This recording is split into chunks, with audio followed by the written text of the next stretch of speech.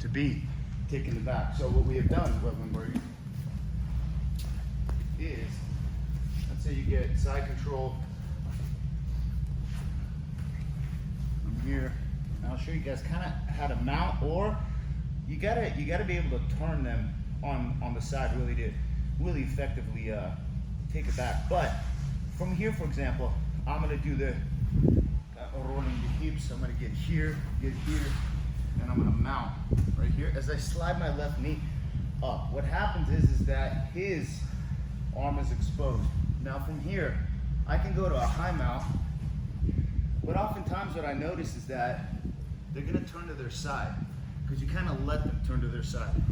Okay, from here what I'm gonna do is this hand, I'm gonna try to find this wrist, and I'm gonna control it here.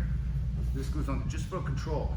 As my left knee slides up towards the head here, I'm just going to turn them and take the back. With this figure 4 arm control, it's very, very super effective. And I'll do it from another angle, but here you have arm locks and all kinds of very powerful submission. So to take the back from the mount, I still need to turn them to the side. But depending on how you're turning them and how you're extracting the arms really depends on whether they can turn to the side and whether or not you let them turn to that side, because this is kind of this slight opening you give them, and it only makes sense because you put the pressure in the right spots to get them to encourage them to turn the way you want them to. And you're ahead already at that point because they're just trying to move. If they turn to the side, you can take their back. But back takes are good when they're really defending their neck, because if you're properly defending your neck, you're defending an arm lock. And it's tough to get the hand in for an arm lock, it's tough to get a choke. So the back take is right there. So as I go here, I roll the hip, as I go here, maybe go here, I'm mounting here, and I slide my left knee up so he doesn't do what I taught you guys to do, which is to push that knee down. But you see the right knee is kind of back. So what I'm gonna do is, I'm gonna get him here, I'm gonna start twerking his, like for an arm lock here. And now from here, I'm able to go here. I go for a collar, he defends, I grab his wrist here, and then I can go here. So, and now from here, you have the back. All right. So from the mount, you have to turn them to the side. No better way to turn them to the side than to extract this arm here and go right here. And you leave an opening to get to their side here. I don't really want S now, I want his arm. And you get to the back, okay? So this is the back control that I really want. Now, from the close guard, actually, we'll do one more back kick so you just see. Okay, that. Here. Here. Slide that knee up and immediately go to the turn to the side. Now from here, I'm just sitting him up, falling literally with my right elbow and right knee connected so that my left foot can go on my right foot, and his knees are gonna be in more, okay? Because if his legs are extended, he's not gonna be able to move his hips, so he's just a dead man here. Here, he creates a nice little crevasse on his left hip there, where you keep your left or your right foot, but toes pointed out. And my left foot is pushing on my right heel. So now I can push him in that hole right there and begin to isolate and get my left leg over. Because now I have arm locks, I have arm isolation, I have fairly simple access, because now it's basically 2 on 1. This one's out of the game. If you want to stay here and go for triangles, boom, that way, you're good. Move this foot out of the way. Triangle this way. Also, arm locks here. I don't even need to hook his leg right here. I mean his head, my leg, because I have his arm and controlling that far shoulder. All right? And that foot is preventing him from escaping. So the key here is to have a good control. The left foot is pushing on your right Achilles. So as I push him away, I'm like rolling him away here. And now you have arm lock, okay? So that foot on the heel is just to create space when you're pushing your... That foot on the heel is basically like a deadbolt that locks this foot to the hip. Because if you don't, okay, you have to have this foot somewhere. So it's either going to be dangling here, which is not good for me, or it's going to be here, so it's securing my right foot to his hip.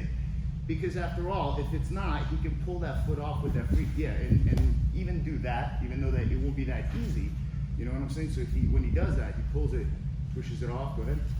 I put it in that hip, you know, and then I have hooks, but now he's just one step closer to escaping. When I have this foot here, and he begins to try to pry that off,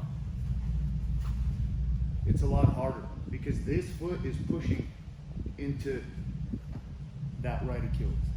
Now, if we just go back to the back take, and I don't have a good control here, if he just turns inside my guard, yeah, then he winds up in my close guard. So let's back up. So now, we're going to talk about how to reverse that. Notice what he did was he basically rotated due to the fact of my lack of underarm control.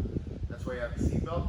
So what I'm going to do is I'm going to use two options. I'm going to use the Lapel arm trap to get the arm drag. As I go here, okay, I'll lift this up, move my hip across here, and I'm going to push him away here because he's going to free that arm, that right hand. And I'm going to begin to take his back this way here, okay? My left hand can grab his collar here, over here, and I can begin to either take his back this way here, or I can pull his hip and roll him here and take his back this way here. All right? So we're going to do it a little bit more simple. I'm going to grab here, go under here, I'm going to go here, and I'm going to go right there. And I'm going to keep pushing this down as I hip out. My left hand controls his hip right here. I can even take his hand and feed it to my left hand. As I kind of come up with my elbow here, I have two options. I can take his back by chasing kind of the back and going up, but from here, I can begin to pull him back this way here, and possibly attack, but at bare minimum, have a good seatbelt control here and still have his arm, because you're taking back this way. So if he goes back to his knees, so basically as you're here, let's say you didn't get this arm here, you can begin to just roll in here and then take the back this way here. Now my right foot is going across his hip, but now he's on the top arm, which is the choking arm right here. And that's the big problem for him now. This is now on the side of the top arm, which is the choking arm. In the other example, he was on the more escape side, because his escape side is the arm that's under. This is not the escape side, this is the choke side. So he would have to roll me to his left. The escape that way, because now this is not a threat. Okay, so you have to be able to control.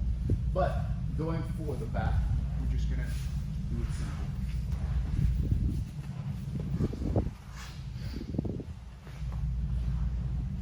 If he wants to post, I'm gonna get his sleeve right here. I'm gonna come under, right at the wrist.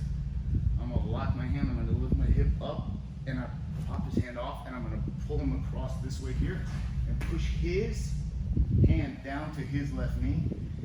As my hips come out, my left hand can reach around his armpit, and oftentimes you can get that gi. As I begin to take this way, I can get his arm right here, and I can begin to turn him this way here, and have a good back control. Let's do it from there.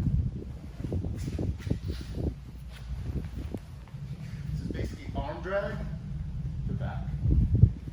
Two hand on one, I lift my hip, bring this hand all the way up, this hand down so that there's no space. And lift my hip, I go that way, and as I rotate this, I push it down, and I scoop my hip out. And I keep pushing this down. It's really super powerful. You can hand it off right here, okay? You also sometimes can reach around and get the collar also here, which is a problem for him. But for the back take, you're gonna go here and you grab the wrist. From here, you have a good back control because sometimes when you try to roll them back, they're not gonna go back. And then you can get to here, which is also a problem for him because I have an arm of his. The thing I like to do here, if you notice, and we'll go back to the actual back take that I want to show you guys. I'm just showing you the options here because I couldn't pull them off this side. So my right foot, notice how it's going across his left hip. I will just let go here and I'll back up, forcing him to fall.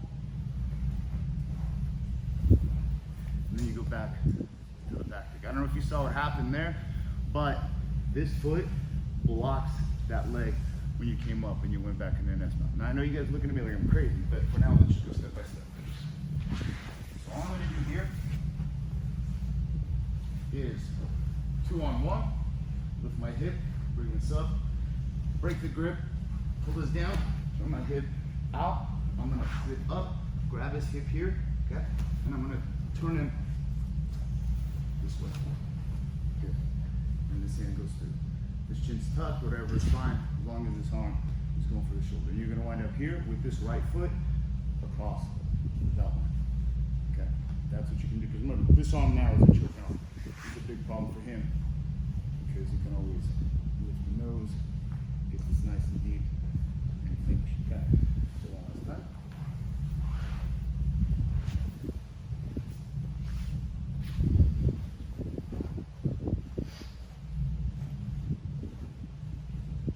And as I pull him in, I guide it this way here, because I scoop my hip out and sit up.